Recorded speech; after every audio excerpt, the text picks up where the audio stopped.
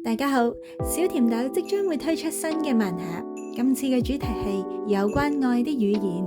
全套一共12個基本款加1個隱藏，等我哋一齊率先睇一睇圖透。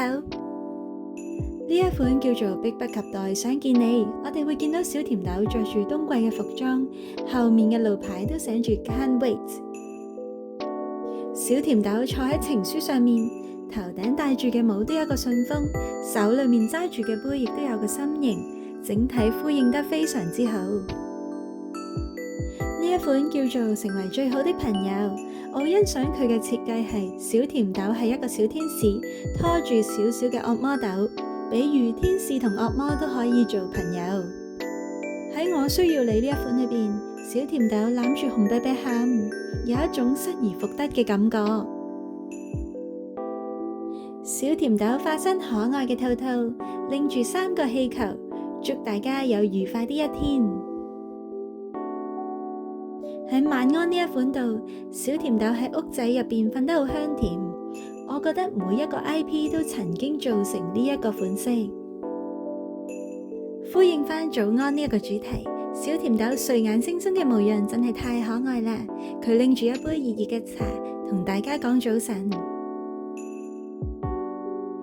呢一款叫做打給我，小甜豆坐喺梳化上面，拎住手機，等待住對方嘅電話。為你呢一款我非常中意，小甜豆以阿拉伯嘅打扮成為一個魔術師，喺帽裏邊變出一隻小白兔送俾大家。